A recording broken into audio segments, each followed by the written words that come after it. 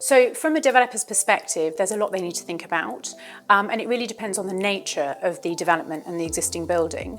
But one thing they do need to look at is what rights they need in order to undertake the development. So for example, will the new flats be accessed via a new lift? And if so, rights will be needed to construct that new lift and the lift run. Similarly with the staircase, will they be constructing a new staircase, or will they continue the existing staircase that currently runs through the building? A developer should also look at what plant and apparatus and tanks are on the roof.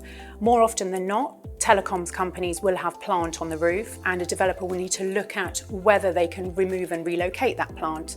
Similarly with the water tanks that serve the existing flat tenants, a developer needs to consider whether they can relocate those without disrupting the supply to the existing tenants in the building.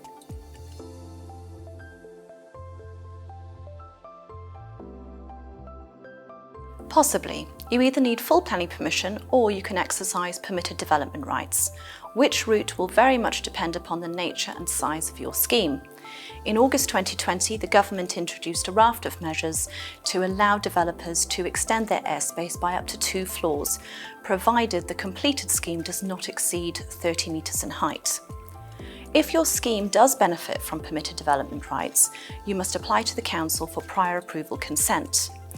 The council will either grant consent, subject to a number of limited conditions, such as contamination, transport and flooding, or they will confirm that prior approval consent is not required and you can continue with your development.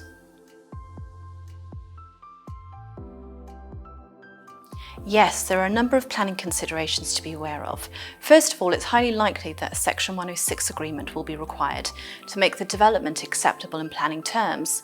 Obligations can be required relating to car-free housing, financial contributions and affordable housing.